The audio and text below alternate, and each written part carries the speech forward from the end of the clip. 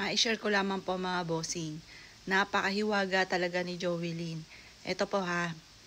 Kasi ilang araw na napapansin ko na parang hindi ko nararamdaman si Jovelyn kasi hindi ko siya nakikita. Pero nararamdaman ko. Tapos may mga biglang tingin na may dumaan. Ganon mga boss. Tapos minsan kinikilabutan ako. Tapos biglang naisip ko si Jovelyn. Sabi ko, Jovelyn, diyan ka ba? Ganon po. Everyday ganun. Kaya parang hindi ko siya nakikita, malungkot ako, pero nararamdaman ko, nandyan lang yung anak ko. Ang nangyari mga bossing ko, ay di sinabi ko sa mister ko, Daddy, ba't kaya ganun? Ba't kaya hindi ko nararamdaman si Jovelyn? Tapos sabi ng mister ko, baka umakit na sa heaven. Sabi sa akin ng mister ko. Sabi ko, baka. Sabi ko ganun. Tapos ngayon, di kami lang dalawa ng mister ko ang nagkakakwentuhan. Ngayon, biglang sabi ko, Daddy, hindi kaya sumama kay Hopia yun? Kasi, yun nga po sabi ko nga po sa inyo, may mga kaluluwa na parang hindi pa niya tanggap na wala na siya. Ngayon, kung sino man yung mga tao na nakakita sa kanya, nilalapitan nila. Halimbawa, napansin ng kaluluwa na nakikita ng isang tao. Halimbawa, yun nga po yung pamangkin ko, nakikita niya nakakausap. Pumupunta sila doon kasi hindi naman lahat ng tao nakakita. Yung batang ito, pagka nakita niya yung mga kaluluwa, lalapitan sila ng lalapitan, lalo na yung mga kaluluwa na hindi matahimik pa, yung ba tipo na hindi pa niya tanggap. Kasi may mga ganun eh. Naghahanap po sila ng tao na yung nakikita sila para doon sila makapag-usap. Ngayon po, sabi ko sa mister ko, kasi yung pamangkin ko, 2 weeks na hindi napunta dito kasi may pasok sa school daw. Sabi ng nanay po niya. Ngayon po, ay di sabi ko sa mister ko, parang mula nung umalis si Hopia, hindi ko siya nararamdaman, yung pamangkin, yung anak ko. Sabi ko, baka sinama ng pamangkin ko. Tapos kahapon, nagkwento dito yung pero 2 weeks na hindi ko siya nararamdaman. Kasi 2 weeks na rin na hindi pumupunta dito yung pamangkin ko. Tapos pumasok dito yung kapatid ko, yung mami nga nung pamangkin ko. Tapos sabi niya sa akin, Apple, may sasabihin ako sa'yo. Hindi niya alam yung gano'n na nag-uusap kami ni Joel. Na basta sinabi ko lang kay Joel, hindi kaya sumama kay Hopia. Sabi ko gano'n. Tapos, ngayon, ay di, sabi ng sister ko, pumasok siya, akala ko anong sasabihin. Hoy Apple, may sasabihin ako sa'yo.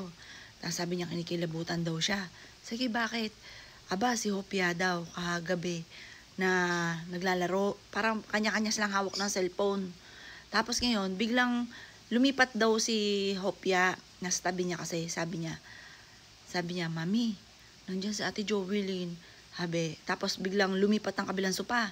Kasi katabi niya si Hopia. Tapos, nasa si Ate Jovelyn.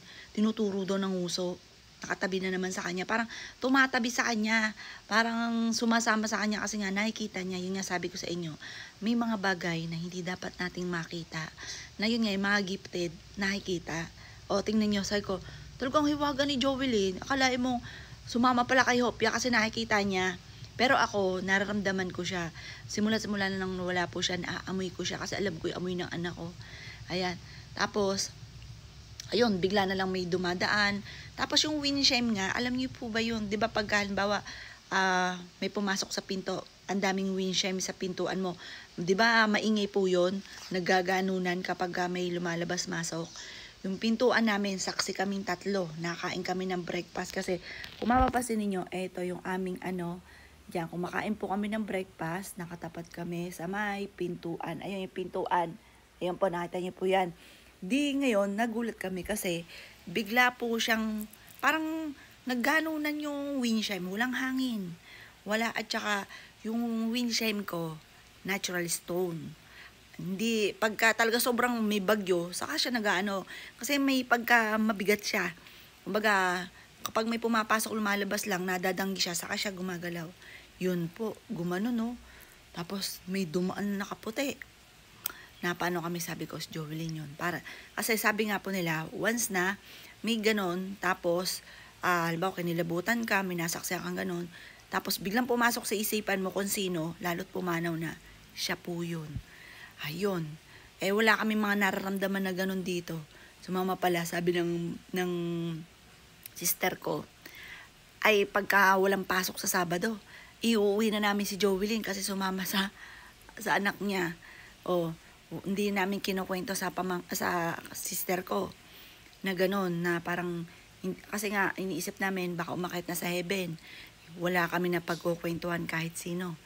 Yun, bigla na lang siya nagkwento kahapon, ika 2 weeks na sabi niya, kinikilabutan siya dahil sabi ng anak niya, nandun daw si Jovelyn. O, diba, napakahiwaga. Ang nasa isipan ko siguro kaya si Jovelyn, nandyan lang, hanggang ngayon, 1 year and 10 months na siya.